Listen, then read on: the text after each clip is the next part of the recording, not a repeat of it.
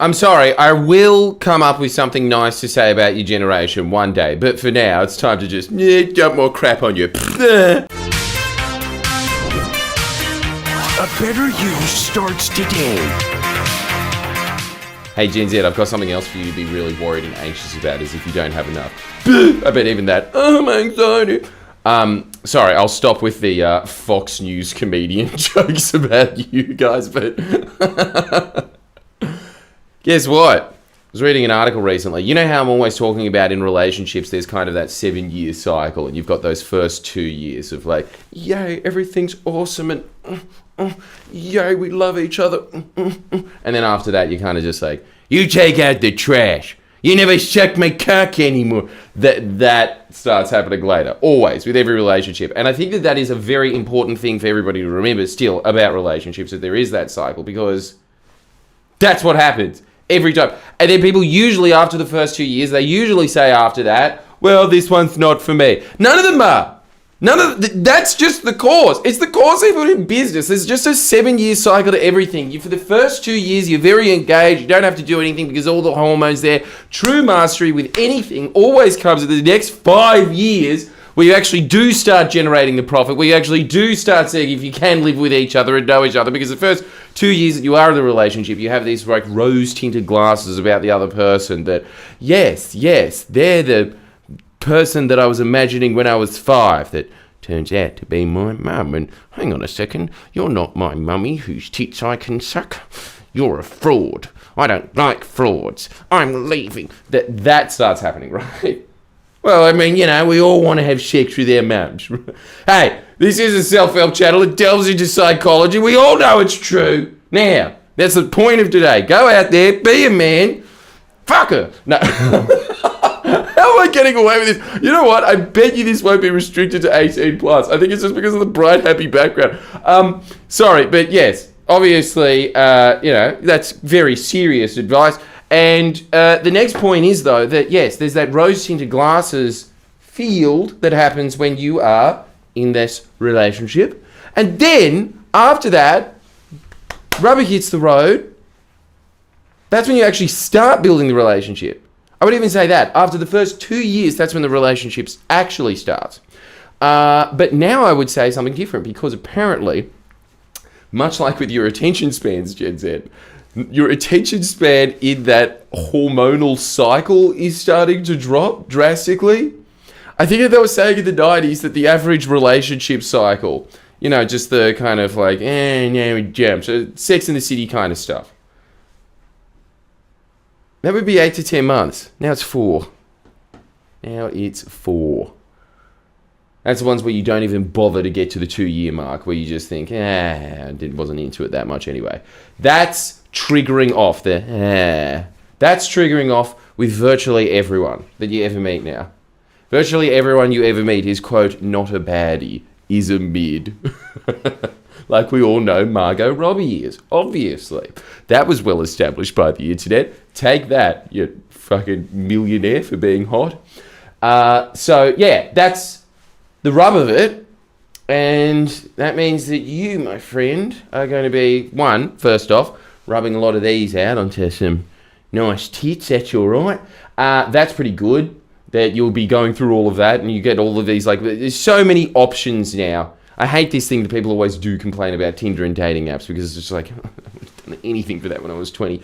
But I do understand that, like with social media, like the social media app for dating has done something horrific, which is it's kind of short-circuited your ability to even get into a long-term relationship, which Jordan Peterson points this out many times. You don't actually get that many chances in life for one of those. So I've got to stop saying actually, but you don't. You do not get that many opportunities.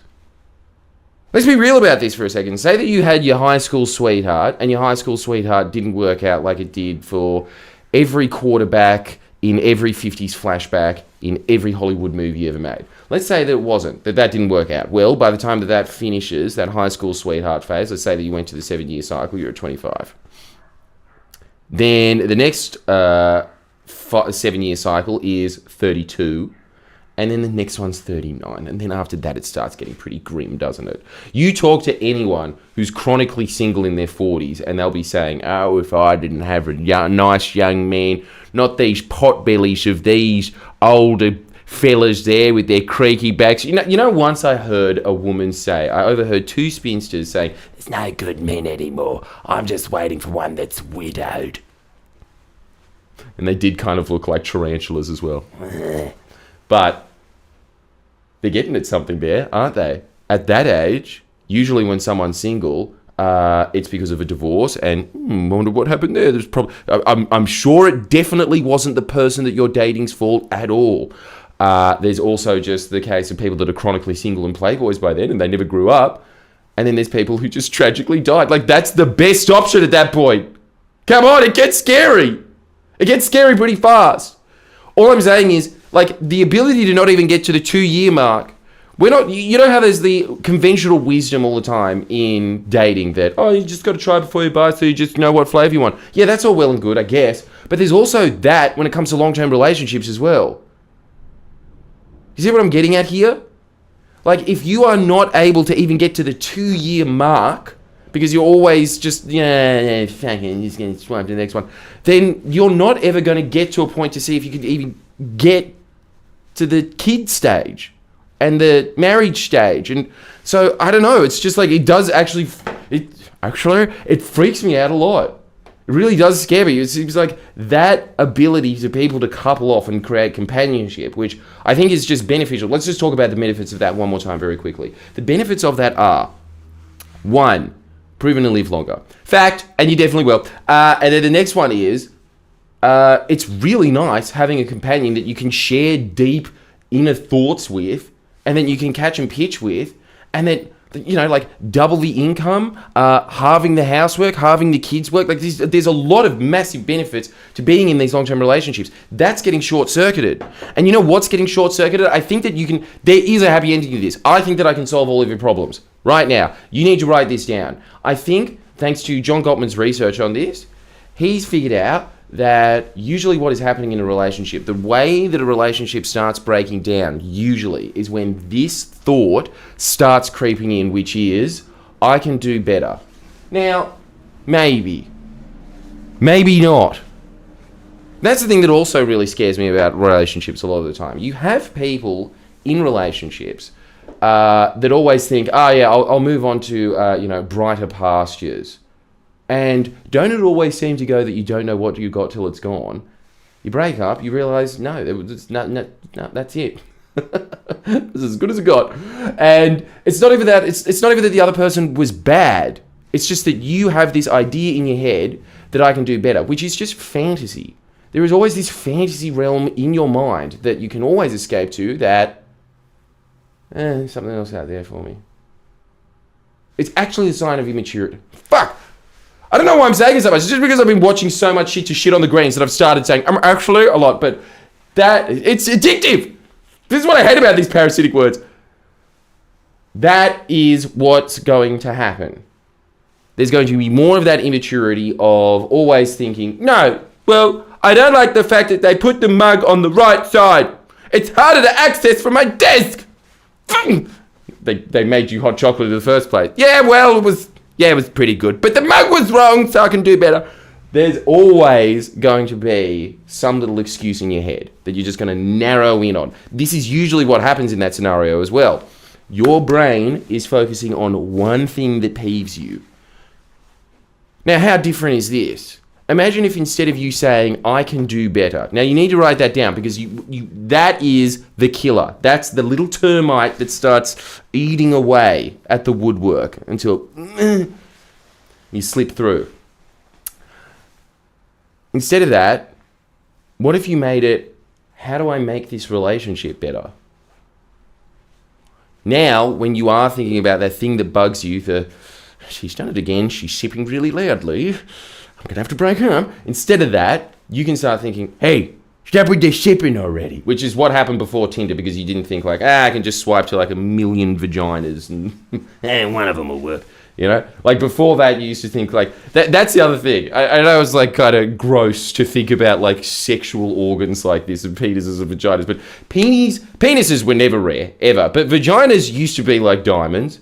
And now we've just realized, like, hey, they were holding them up the whole time. And so now it's just easier to just move on. But I think that a big thing that kept guys in long-term relationships at the beginning anyway is just, it's hard to come by in your early 20s. It's really hard. And then what's even worse is, and I probably shouldn't be saying this in this relationship, but man, when it comes to your 30s, holy shit, You'll be beating them away with a stick no matter how fat you are. So that's my advice to you. Instead of thinking, I can do better, start thinking, how can I make this better? And the reason that you're doing it is purely for you. That's actually a selfish motive, because you're saying if you can stretch it out, you're saying that if you can resolve conflict, you're saying if you can improve the other person and in circumstance as well, improve themselves. Like, give them the permission and space to say, yeah, but like, dude, you don't flush the toilet. You can't talk to me about sipping. You can have those backs and forths. And you can figure out ways that you can do it in a cordial way that doesn't make you feel like, another like, I can do better, and just leaving again. There's other ways of doing it. I always thought that there's a very good saying in this. I think that there was some research into this, which was that people that are dating comedians usually end up hanging around the comedian a lot longer. Like the relationships with comedians, like there's the chronically single, I'm a one-night stand guy. But once they are married, even when there's like cheating and all that kind of stuff involved, they usually stay together. And it's because what is, as we've learned from Freud, the best ego defense? Humor. You just sit around and joke around about these things. You can say exactly the same thing. You can say exactly the same harsh criticism, but you can say it as a joke. Takes the edge off immediately. Anyway, I probably should shut up just in case my wife listens to me sitting here being like, okay, so this is another way that I get out of being in trouble. So, if you liked that, make sure that you sign up to Jordan Shanks. 3 extra videos a week. All of this insight that I get from reading the best in the field, and then I condense it, give it to you. I'm like the Reader's Digest of back in the day, except for, more annoying. Huh? I like this. It's like a spinning bow tie. So if you want to sign up to that, that's amazing. That is, the best valued resource there is. I mean, I read at this point probably 2 to 3 books a week. I've read hundreds and hundreds of books in this field. Each one of those books, what's that? That's like $34 a week for me. For you, it's like a few bucks. You are not going to get better value for anything. Right there, that little piece of information that I gave you.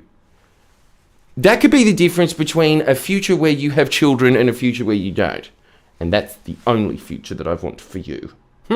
So yeah, that's what I'm saying. There's all of these little things that, like, once you have one of these little insights, your life can change entirely. And I put them all behind a paywall.